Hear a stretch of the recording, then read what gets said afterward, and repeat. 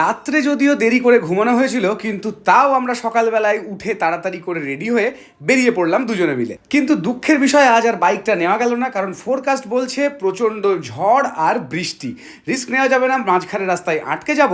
তাই সোজা চলে এলাম স্টেশন টুকটুকে চড়ে, তারপর টিকিট কেটে হাওয়া খেতে খেতে আর ডিম সেদ্ধ খেয়ে ট্রেনের জন্য ওয়েট করতে লাগলাম। ওয়েদারটা আজ ভারী রোম্যান্টিক, বুড়ো বাবাকে প্রচণ্ড মিস করছিলাম। অ্যাটলিস্ট এই বাইকটা হলেও চলতো, কিন্তু কি আর করা যাবে, কাজটা তো আগে। তাই অগত্যা ট্রেনই ভরসা। এই সব গল্পগুজব করতে করতে চলে এলো ট্রেন, আর এদিকে পূর্বাও এসে হাজির। তিনজনে মিলে ট্রেনে উঠে পড়লাম।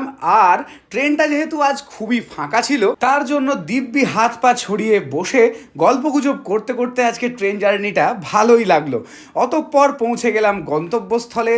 ধরে নিলাম একটা টুকটুক, দাদা পৌঁছে দিল আমাদের কাজের জায়গায়, আর সারাদিনের মতো চলতে লাগলো কাজ।